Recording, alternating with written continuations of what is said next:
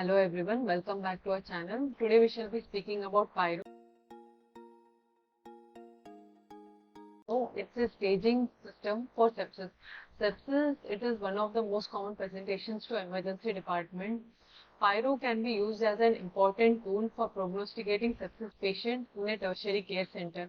There are many other scoring systems like Apache 2, QSOFA, SOFA score, but these scoring systems were not specific for sepsis, and this scoring system does not work for individual patients.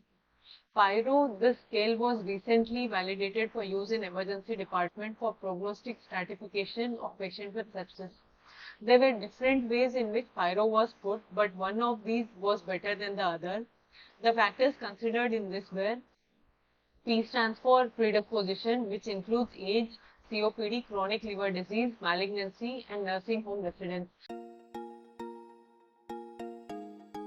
I stands for infection, which included skin, soft tissue infections, pneumonia, and any other infections. R stands for response, which included respiratory rate, heart rate, and bands. In place of bands, total WBC counts can be used.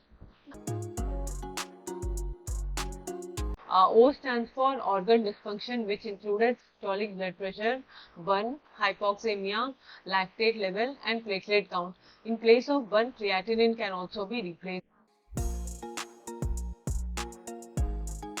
These included factors that were easily available bedside in the emergency department. Increased pyro scores were related to the higher mortality rate. Score more than 10 had higher mortality at day 30 and day 60, with a worse outcomes with score more than 20.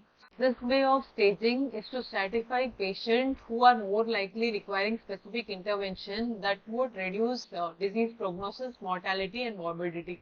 So can go and read more about pyro. Hopefully this will be useful. Thank you.